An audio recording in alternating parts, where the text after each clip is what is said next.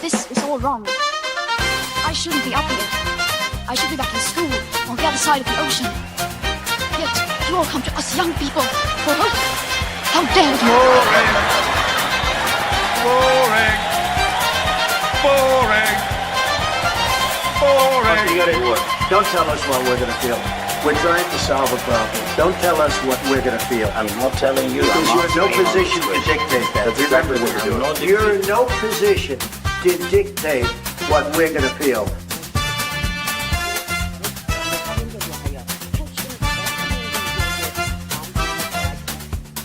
I call again for an immediate ceasefire in Gaza, the return of the sausages, the hostages.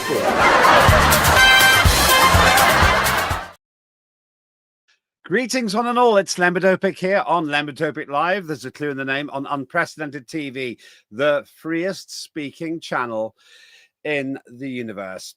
At least that's my story and I'm sticking to it. Thank you so much for joining us here. Thank you if you have already subscribed on YouTube to the channel. The more of you subscribe, the more we can get done due to the interesting way that algorithms work. So please do subscribe. It doesn't cost you anything for now. And you'll be part of an elite group of people who think for themselves and sometimes, hopefully, enjoy what we share. Our aim isn't to beat the mainstream media. It's to be the mainstream media. So the more of you subscribe, the better it is. My target is 8 billion subscribers. That might be a bit optimistic, but if we get even a tenth of the way there, I'll be pretty happy. Also, remember, we have an increasing schedule of shows. We're hoping to start from 7 a.m.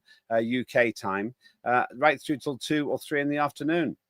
Now, that puts us ahead of just about anybody else in the podcasting world. We've left them far behind. We are a proper, fully fledged TV station. And here's my appeal to you. If you want us to do something by way of a program, do get in touch. We're quite easy to contact and we'll consider your proposal. Also, I very much thank the vast number of people who got involved in the chat yesterday. Oh, yes, you will find a chat box as well. And if you're watching the live show, then I usually get time to read some of them out. Not always, because we do get very busy here as well. But this is all part of the evolving performance and the evolving aspirations of Unprecedented TV, the home of free speech. Now, today, I want to talk about somebody who hasn't always been completely honest. Yes, of course, it's Labour Chancellor Rachel Reeves, the lady whose CV wasn't, let's say, accurate. Her explanation was that somebody else had written it. Who writes somebody else's CV? Come on. All right, well, that being so, she has managed to earn herself the label Rachel from Accounts or Rachel from Complaints, because not all was as it seemed in the claims she made repeatedly in speeches. Yes, Rachel Reeves, our Rachel, wasn't quite as qualified to be Chancellor of the Exchequer as she made out she was. Perhaps somebody wrote the speech she read out as well, and she didn't notice that it was lying about herself. Well, okay, well, there's only a limit to how much the public will swallow when it comes to porky pies. Lies. But Rachel has been at it again. Last year, she told us she wouldn't be coming back for more taxes. That's pretty much exactly the quote that she made.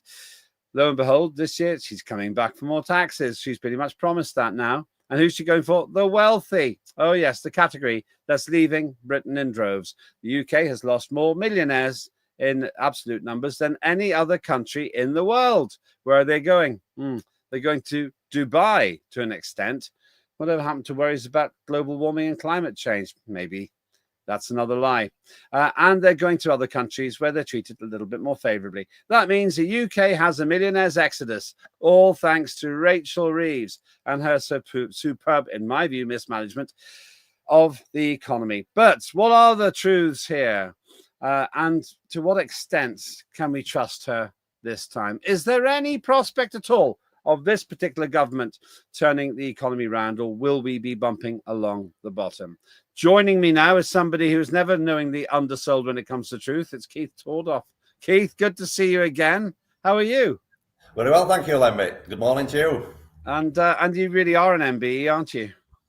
Yes, genuinely. It's on my CV, which I wrote. Rachel Reeves, she's a princess, isn't she? That was on her CV, wasn't it? Well, I'm sure we can keep adding to it. Just a little bit of your background, because this is a particularly appropriate subject for you, isn't it, Keith?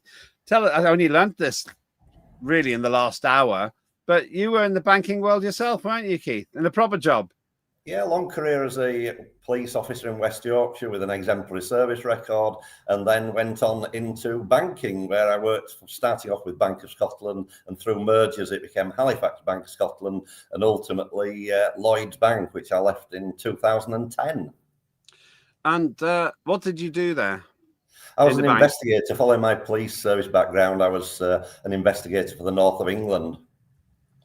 And that basically means that you had to check if people were keeping secrets and telling lies. Yes, it was. But actually, to be fair, although Rachel Reeves did work for Halifax Bank of Scotland in the same period, I didn't come across her, and there was no investigation from me or my department in relation to Rachel, although I believe there were allegations made after she left in relation to her expense claims and whether they were legitimate or not. Yeah. Well, let's start with that. So we've got Rachel from accounts says she was infamously labelled forever by Lee Anderson. It's one of those classic lines you can't shake off, but like George Galloway's two cheeks of the same backside for the major parties. And here's the thing. When I was applying for jobs, way back when, not sure if I'll be writing another CV, I'm 60 now.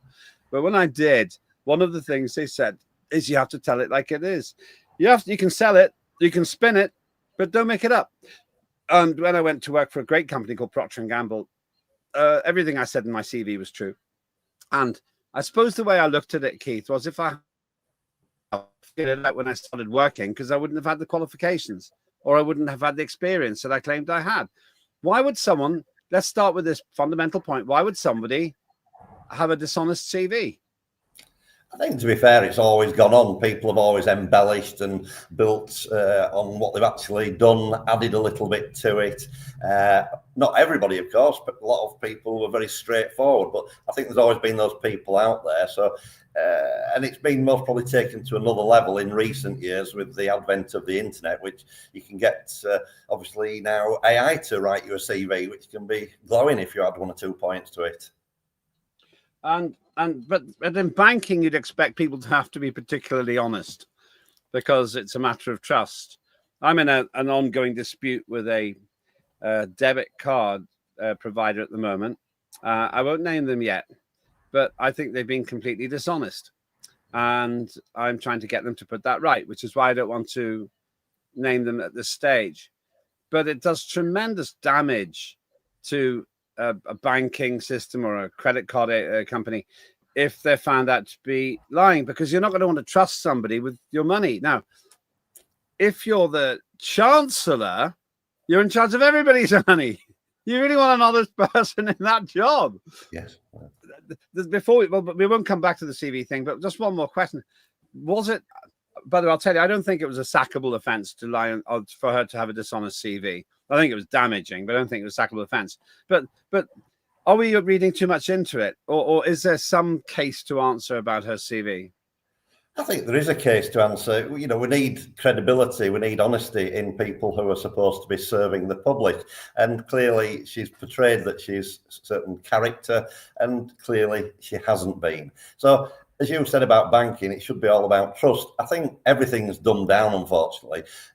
Times have to move on, but we've gone from the bank manager who clearly you could trust to so-called bank managers who are in call centres and moving on quite often from one department to another. It's all changed, and we've lost that confidence that we can have in banking. I think most people have lost that, and clearly bank closures, one member of staff usually on a checkout, all trying to do it online. Clearly, it's totally changed. Rachel Reeves, I think, clearly, she should have gone in normal times, but they're determined to keep her in position to carry out the work that she's been asked to do. Because at the end of the day, it isn't her; it's the people behind her who are instructing her what her role is. She's a front person for it. A couple of thoughts here. If Donald Trump or Elon Musk had waved in that way, there would be terrible accusations from 80 years ago. But Rachel Reeves gets away with it. The second thing, is her sanctimonious, supercilious attitude. I think it just exacerbates the problem. But with the CV thing, I think it is a problem and it's damaging. If she was great at her job, then perhaps people would put up with it. But instead, people see some smarmy, self-satisfied woman who keeps telling untruths as far as people are concerned. But let's move on from the CV to the bigger question. Last year at the budget, Rachel Reeves said she wouldn't be coming back for more taxes, almost an exact quote. This year, she's going to be coming back for more taxes. How can she get away with that? Can anyone survive the credibility hit when you promise something on the most important thing for a lot of people here, and then you do the opposite? I think the public are being drawn into an agenda, into something which she's been put forward. She's got a certain persona that she has to keep up so that it hides her weaknesses, her deficiencies, and she's there as a front person for now. If she has to move on, they'll put somebody in her place. So it's more important that we look at why this process is taking place, and clearly all of this damages the economy, and there's that many things going on which are damaging the economy that we've got to look at it and say, is this the bigger picture? Is this the plan? We had the crash of the banks in 2008. I personally believe we're heading towards the biggest crash ever in due course, whenever they decide to create that crash. And it's been orchestrated around wanting to introduce central banking digital currency, but that has to be based on the fact that people have to have one form of ID, a digital ID. Yeah, just a couple of more things on this, and then I want to bring some of the quotes in. What's true on Rachel Reeves' LinkedIn CV and what's not? The Chancellor of the Exchequer being embroiled in a scandal over the editing of her LinkedIn. And then she blamed somebody else for that. But that's something we see time and time again. She's always blaming other people. Somebody else got her CV wrong. There was a £22 billion black hole, apparently. We'll talk about that again in a little while.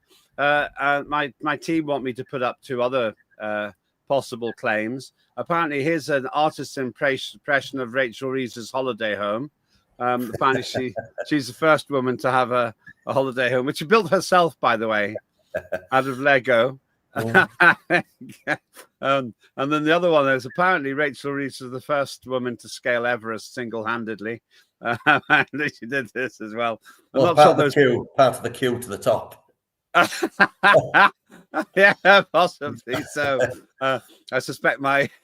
I suspect just in case anyone thinks I'm being serious, I think my team's having a bit of a laugh, Keith, but it is quite good. She's basically opened herself up to that kind of ridicule. Now let's talk about the black hole and everything else. For a long time we were told by Rachel Reeves she was dealing with a £22 billion black hole, but it's very hard to know who she can blame now, because she's been told that the black hole that we got now is actually essentially created by Labour. Now, this is an interesting one. I'm not sure if it's this year's black hole or last year's black hole, but there's no doubt that big black blob is bigger now.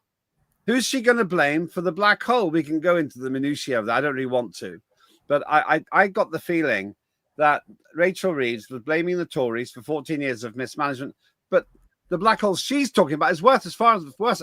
I heard it's over 30 billion. Who's she going to blame now? She's been in the job for over a year. Well, these people have got plenty of front, and I think she'll keep fronting it out and giving the answers that she's told to give. I don't think she's the person who knows. I don't think she'd have an understanding of the basic maths involved. And clearly, our country, along with many others in the West, have got huge debts, trillions of pounds, really. And the problem is they can't service those debts, and it's getting deeper and deeper. And that comes back to what I've just previously said. We're clearly heading towards another crash, and they're just managing that crash for us, and she's a front person to manage that for the people behind her. She's not the front, she's not the person who has the answers, she's not the person who's the mathematician, the economist. There's people in the background who are working the moves out, and as long as they can keep leading us along, they're distracting us from the bigger picture, which is what is going on. All the inflation. We all know the inflation figures are ridiculous because we can see the difference in prices. You know, Marks and Spencer's, I believe, for a rib of beef for 6 people, it's something like £195 for Christmas. So inflation is there. People can see it in the shopping baskets. And she is just managing a decline and ultimately the fall of the current banking fiat Ponzi system. You haven't got a very high opinion of it, and you're probably more entitled to talk about it than a lot of other people. Let me share some comments, because the comments box is getting really busy, Keith. You're obviously a big draw. I don't know about that. Well, I'll read some of them out to you. Holly says, is it Lumberjack Thursday, which is probably a reference to this shirt. I wear this shirt a lot because it's really comfortable. Well, I get very animated and the studio gets quite warm, even though we've got some air conditioning. But I wear this because it's really comfortable. I don't have a very large wardrobe, Keith, probably the worst wardrobe in broadcasting. But I'm wondering if that means you're the Holly that I met some time ago, and you used to follow me on another station. Could be. Did you say if it's the same one? I never knew your surname. Yeah. Colin had said, good morning, Lembit. Good morning to you. Colin adds, Rachel Thieves. Yes, indeed. Rachel Greaves was the one I heard when she burst into tears. Holly says, thick as mince, presumably not you or me. If it is you or me, then please don't clarify. I can take it. I've got broad shoulders. I'm a lumberjack. Yeah, pretty tough. I can fell trees. Colin adds, they'll just continue to turn the screw, and we'll talk about that later. Holly had rats learning the sinking ship, leaving the ship, thinking ship more like. Colin says Keith Tordoff's got cool posters. The Thought Police is going to ban that soon. Yes, yeah. Is that a million years BC? It is, yes. Raquel Welch, the late Raquel Welch, and obviously my childhood poster. Yeah, it's kind of, there are some images you can't unsee. Yeah, I don't know what it is, but Colin goes back to the question of CV. Too complicated for her. She probably was a cleaner, and also she misled us on the CV because she knew it wouldn't be checked. She was wrong about that. And adds that they've run out of things to tax. Christopher Jennings makes a very personal point. I think her haircut suits her. You know, I first got roughly this style of haircut. In what year do you think I got roughly this style of haircut, Keith? 1990s. 1980. And I never changed it since then. 1980. Right. Yeah. It looks like a police officer's from the 1970s, 80s. I'm not sure if that's good or bad. You see, as an ex-copper yourself, you remind me of a phrase: a person with a hammer sees everything as a nail. Christopher is asking, I wonder if your hair color is natural, Keith. I thought I was asking you, but not me. So we're both, yes, it's no, I dye it. It's actually brown. I'm a lot younger than you think. Well, I say it's blonde, but everybody else tells me it's grey. My 4-year-old came up to me and started prodding my tummy, and I thought it was quite cute. And she said to everybody in the room, "Daddy's having a baby." So we'll continue with this in just a minute. You're watching me and Keith Tordoff here talking about secrets and lies from Rachel Reeves. What can you really trust? That's the question. Looking at all your comments, and thank you, by the way. It's so much more fun that you're all commenting. Now, Claire Dyer told me off recently because I wasn't promoting her show enough. Well, I heard you loud and clear, Claire. 2 things to say. This week, if you're watching it live, this week, Claire did a story exclusive. We broke a national story about a chap called Remming and Sean Remming. And he lost his job because he was putting UK flags up, Union Jacks, in the north of England. The whole of the media jumped on it, but we did it first. They didn't credit Unprecedented TV, but I thank you, mainstream media, for realizing this is the home of free speech. This is the home of breaking stories. And we got there first. Unlike Rachel Reeves, we really were first at the top of the mountain on this one. So do recognize that Claire Dyer gets great guests on dire consequences, and we get out there first.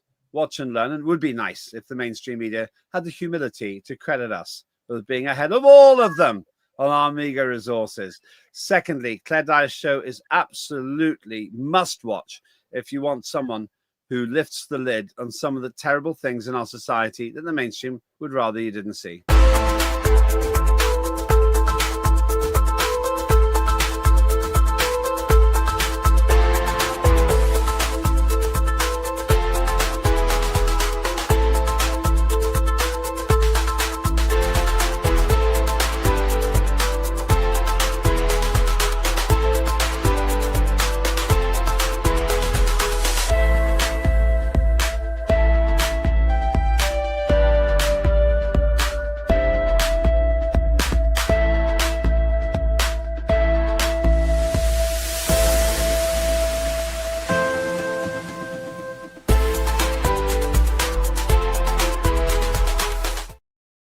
Yeah, Rachel Reeves has made up so many things, but Claire Dyer tells it as it is. And she takes a personal hit for it. Claire, if you're watching, we salute you for what you do.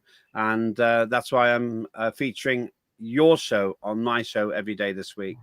Back to Keith Tordoff. Keith, we were talking just before that break about your prediction there's going to be a large economic crash. Tell us more about that. Well, clearly, we're in a paper money system, the fiat money system. That Just explain what fiat is. It's not a car. Well, it could be, because they're pretty poor, weren't they, the fiat? So they used to be. And the economy's pretty poor. And the fiat money system is the paper money system that's operated around the world, which has no real true value to it. And clearly, if people are keeping up to speed at the moment, they'll see in the world that the big talk is about precious metals, because people in times of concerns about the economy turn to precious metals, i.e. silver, particularly gold. And the paper money system usually has a cycle, and within that cycle, that's why we last crashed in 2008. The banks and government used to work together to bail out the system, as they did in 2008. But next time, it will be the people who bail it out through their accounts, and the protection that's allegedly offered will not necessarily be covered, because they don't have sufficient funds to cover the bailout that would be necessary to give everybody £85,000 per account and per account holder. So my prediction is, and not negative, I'm saying just look at the facts. In history, they print money for so long, then they change the system and collapse it. They've clearly trying to adopt a new system which requires everybody to have a digital ID. That's why it's being pushed so much. And behind the scenes, it's been introduced by various methods, whether it be travelling abroad, whether it be driving licenses, whether it be school children, bit by bit, trying to, as fast as possible, get digital ID in, and then they can introduce a token type banking system, go away from the paper system to a digital currency, not necessarily Bitcoin, but each country's own individual Bitcoin in our case, etc. And they're building behind the scenes to that effect. That's certainly my information from my contacts who I was connected with in banking. They're preparing for that system. We will have a crash, and it won't be too far away. That's my prediction. I'm told that. Sorry, I interrupted you. You finish your point. No, I'm just saying that's my prediction. It's only my personal point of view, but historically, I've been around for a fair old time. I'm, old. I've been through various crashes and obviously involved in the banking, connected with people I'm talking to. The banks are certainly preparing for a digital currency.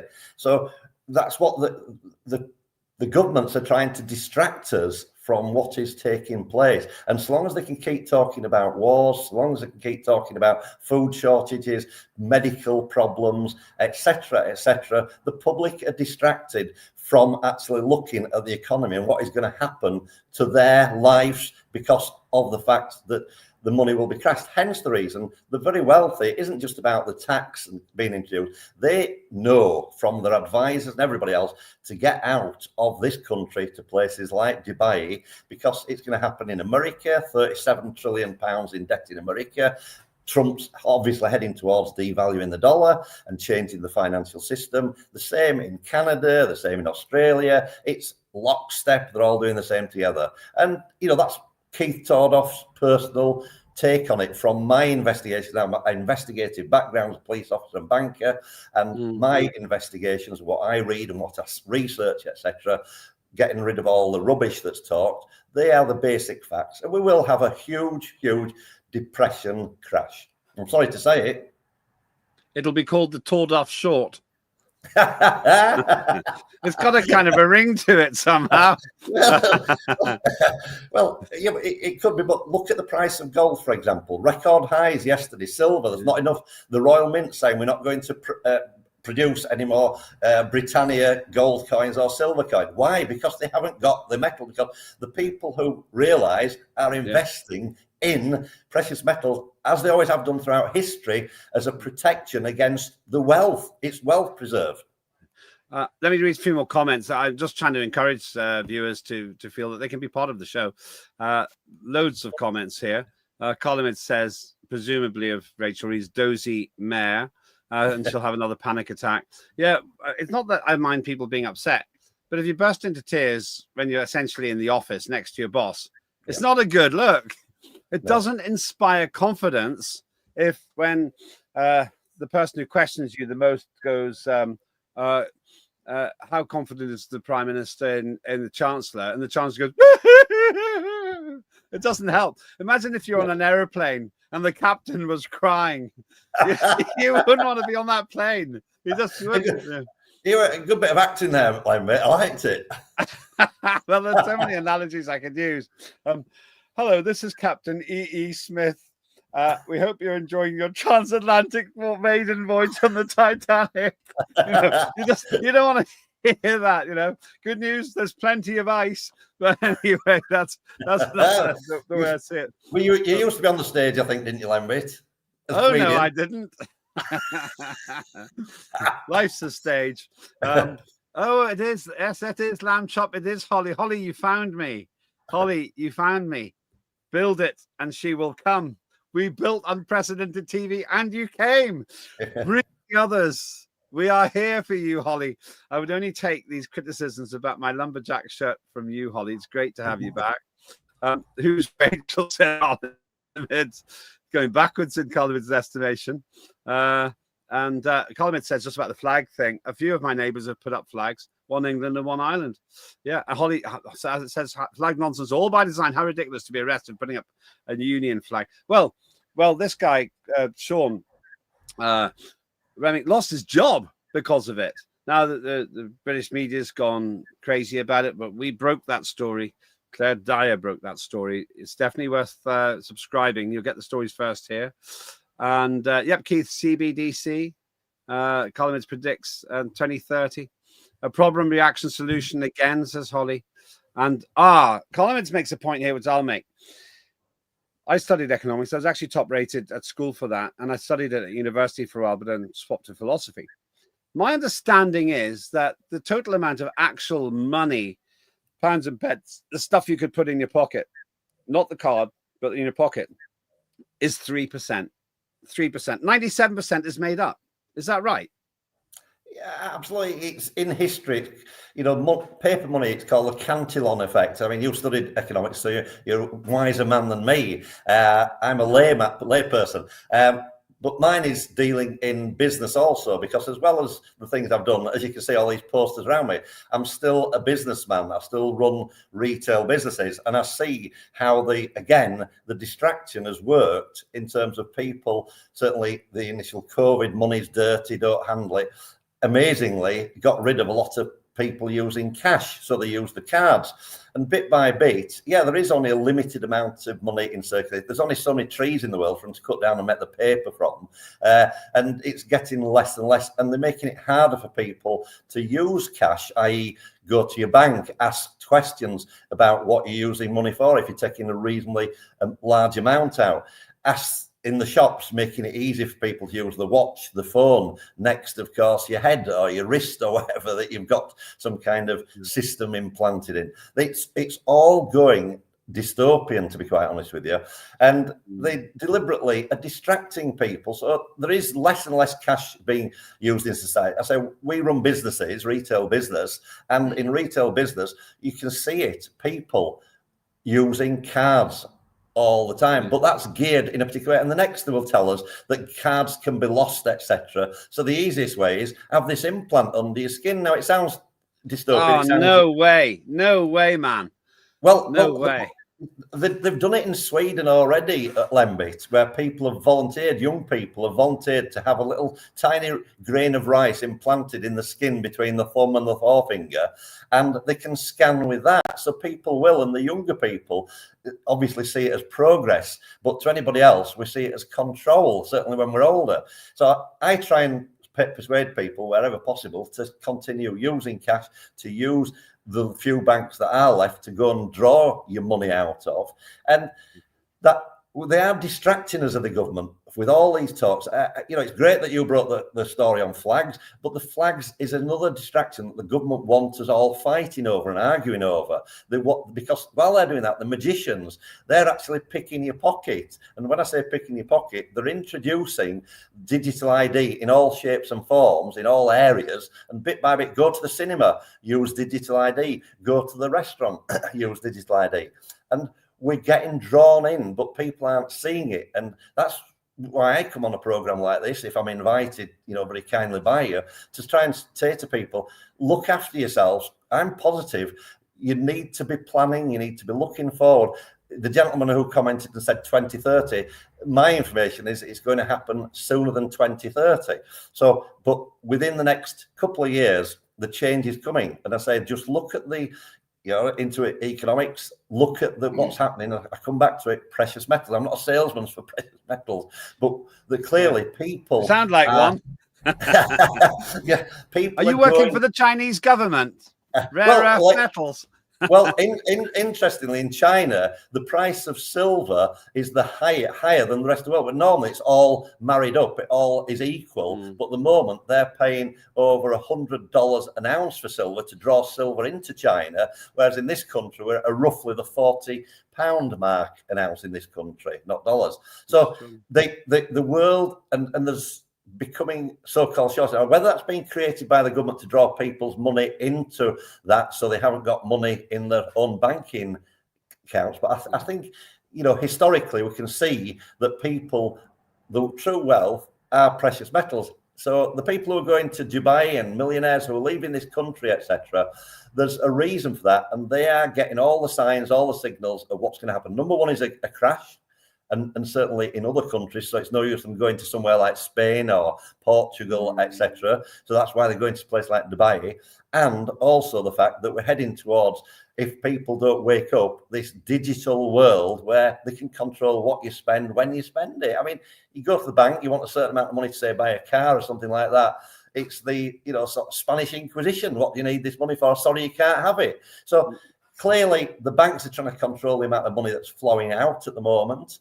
And they want people to keep tying the money up in the various investments in time. And of course, the people who are more elderly, like myself, are likely to do that because they think, I'm getting an extra 0.5% or whatever. In real terms, the money's going rapidly down.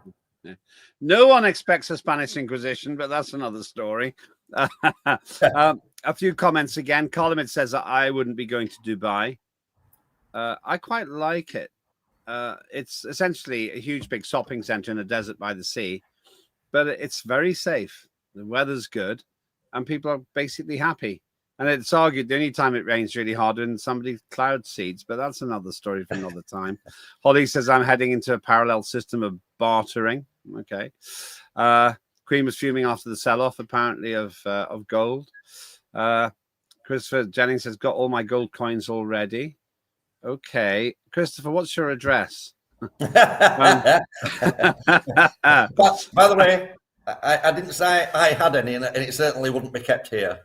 Well, that's what you say. We've got a picture. Actually, one of our team, before we came on air, one of our team came up to your front room and took a picture of what's inside. And apparently this is an artist's impression of your front room. Basically. Well, also in my front room, I've got Goldfinger on the wall. That's a giveaway. To quote Laurel and Hardy, is that more than £50? Why, it's more than twice as much.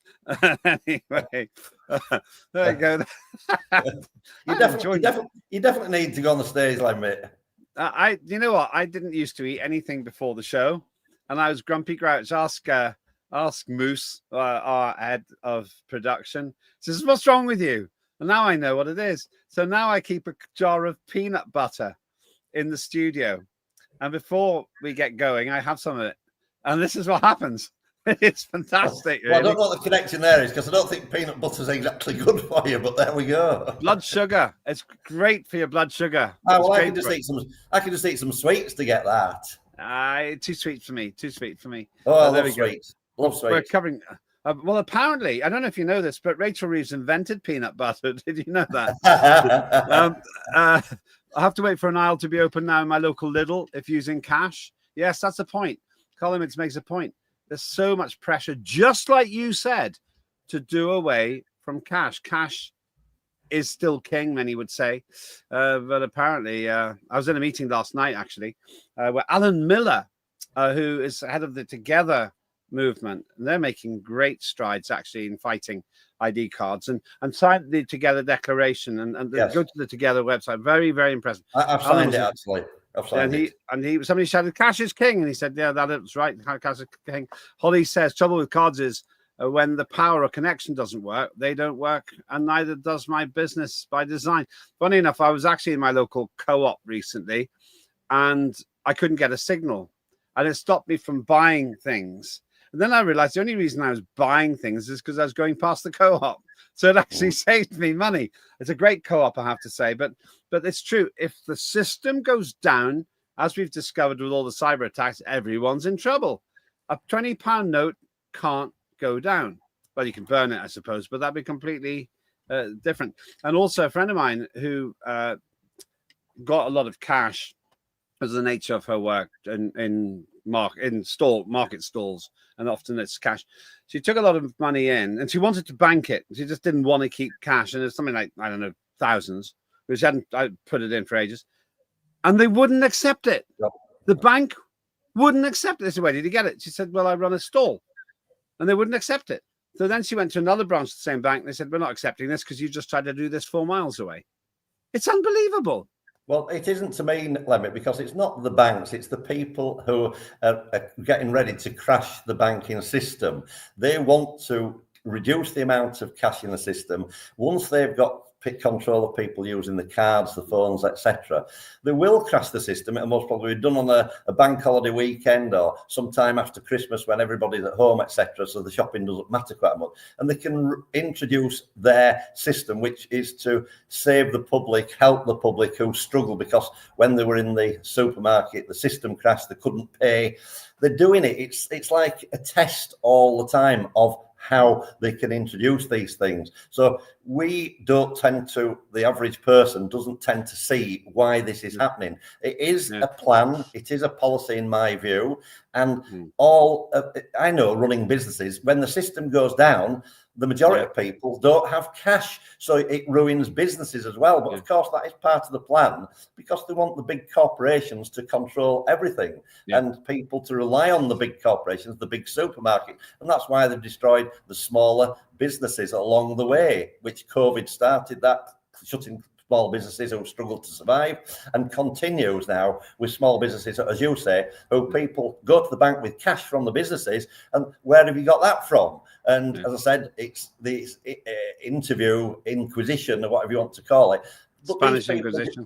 These people are just the front for it to the banking staff. They don't realise that the job's going to go. Same as the supermarket people when they try and put people through self-checkout. I will not use a self-checkout, Lembit. And if I go with a trolley and they say there's no member staff, I abandon my trolley and leave. I will not go down the system of being controlled, which is what they want. But not enough people stand up.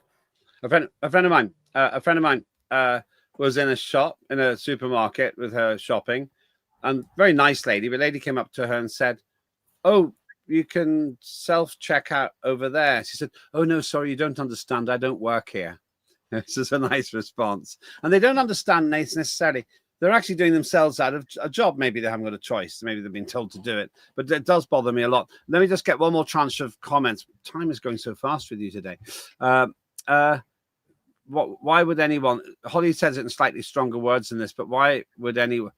I'm paraphrasing, Keith.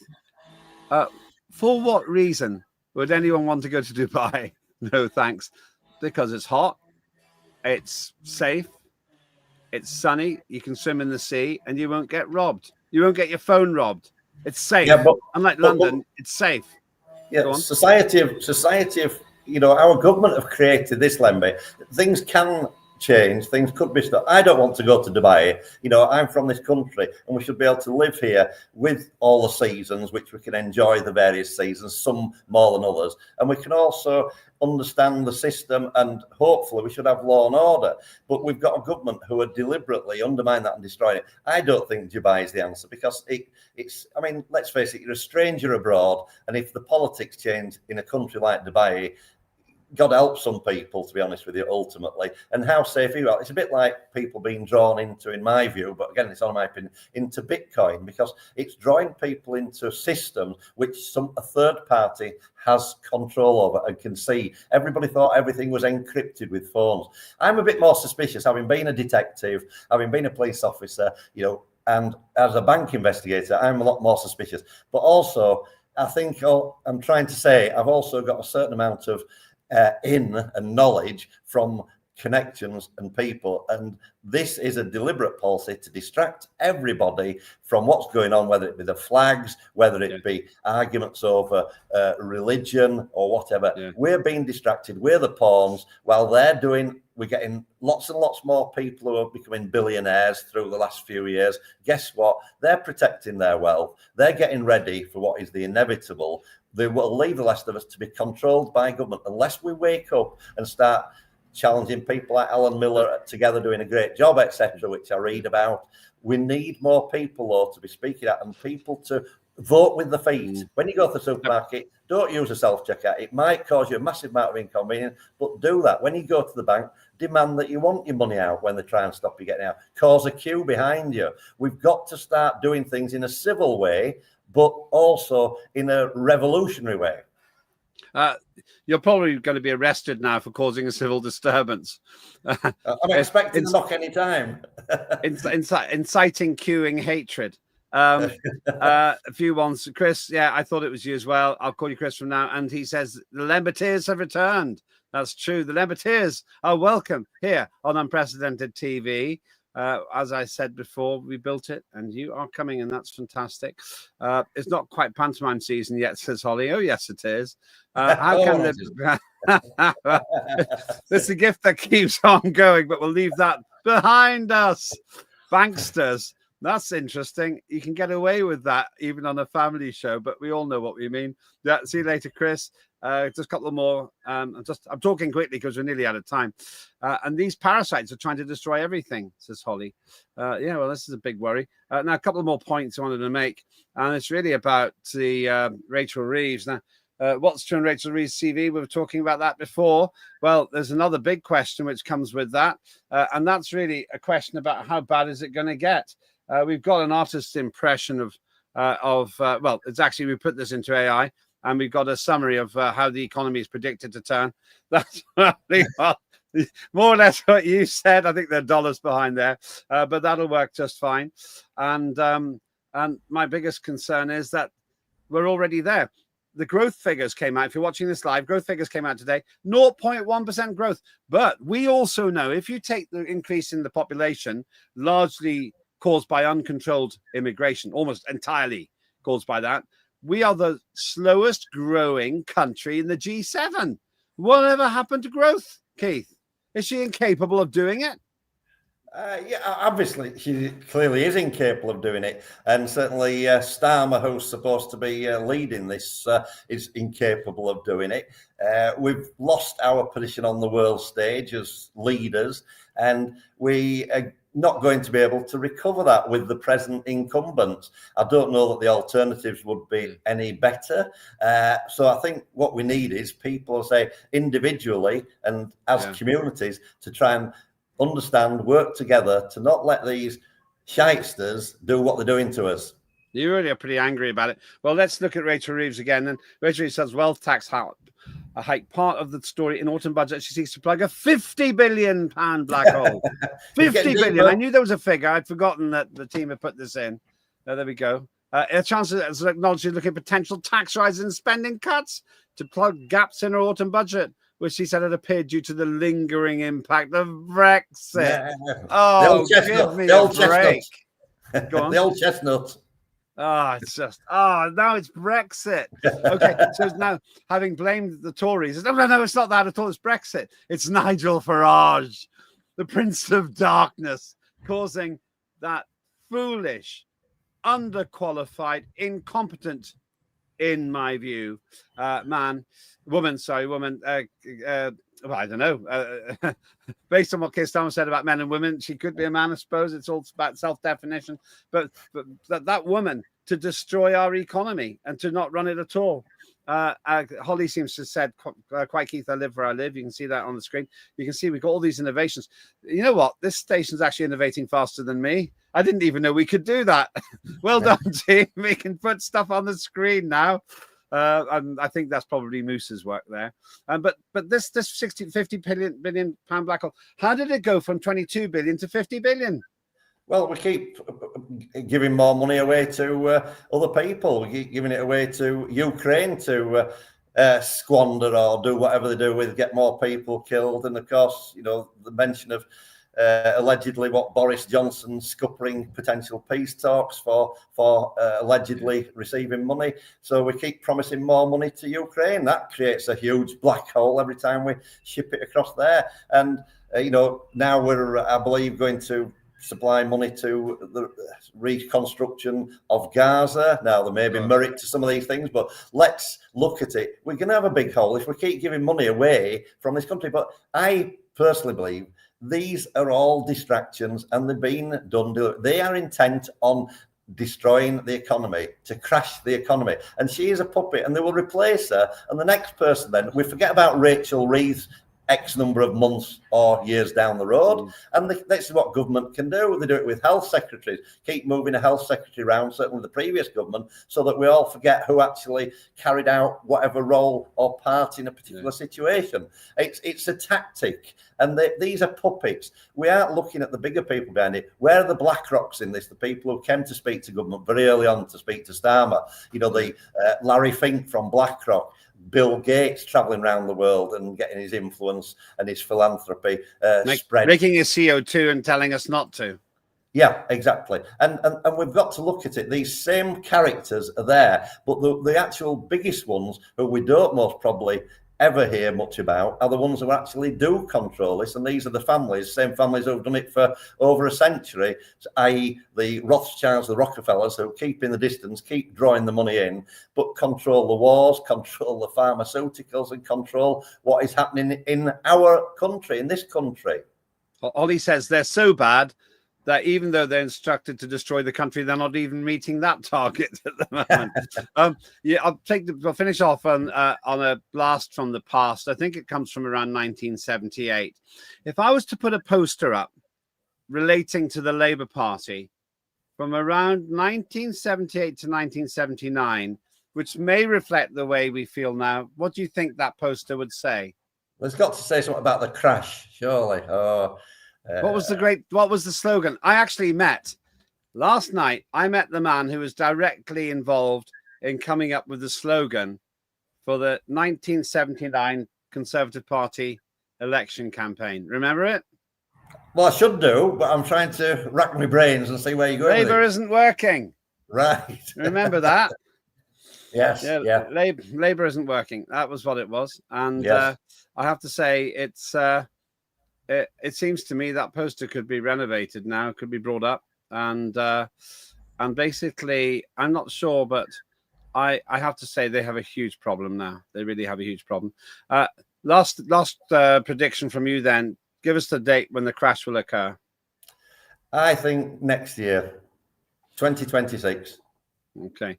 But here's Rachel showing that everything's getting better. Well, Rachel, as I said, is she's got to play her part and convince the public that we ought to be directing our sort of angst at her, the Labour Party, but we're actually all being played to be drawn into that scenario. And I personally aren't. And as I said, I just hope people are aware and prepare in terms of, I'm not somebody who's depressed or down about it. I'm very positive, saying, look, this is just the system. They're playing with people. And for us, they class us as the plebs, the bottom of the pile, and they are interested. The ones who are in the know at the top know what's happening and when it's going to happen, and that's why they will come through. And the rest they'll be looked after in some shape or form by the nanny state, the government, and they will rely on the state, and they will be controlled by the state. But we've got to try and stop that. Thank you so much. And Holly, you've got special mention. We kept you on the screen there all the way through the last 10 minutes. Welcome back, Lembiteers. Big thank you to Keith Tordoff, MBE there. Big thank you to the Lembiteers who have found us here on Unprecedented TV. Do subscribe to Unprecedented TV on YouTube. That helps us a great deal. Do tell your friends and do retweet this as well. But hopefully you had some insights there. Essentially, Labour isn't working. Reeves was telling porkies on purpose or otherwise, but she certainly deceived us if she raises taxes. And as I put out on an X yesterday, if you're watching this live, if she does raise taxes after saying she wasn't going to come back for more, well, basically, that absolutely destroys Labour's economic credibility. That's my view. You can carry on having your chat with me. Go to @Lembit Öpik. Happy to have a bit of an exchange there. And do enjoy all the other great shows. We're so close to having a really, really fantastic schedule of programming every day, even potentially a Sunday service from Reverend Kai Duar. More of that later. I'm Lembit Öpik. That was Lembit Öpik live here on Unprecedented TV. Have a better day than Rachel.